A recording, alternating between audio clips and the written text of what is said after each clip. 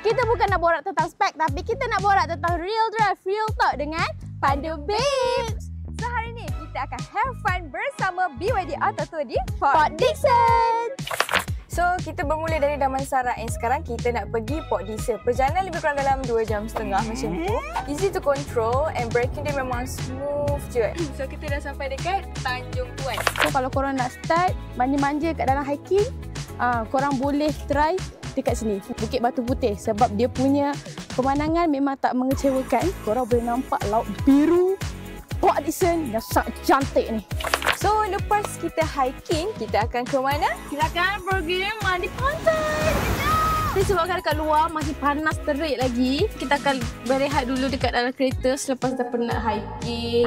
Front seat ni dia ada ventilation, so sejuk je. And sambil-sambil nak tunggu matahari terbenam, kita boleh karaoke dalam ni. Kita nak set up barang kita dulu. Kita nak start dengan V2L yang mana kita akan masak-masak.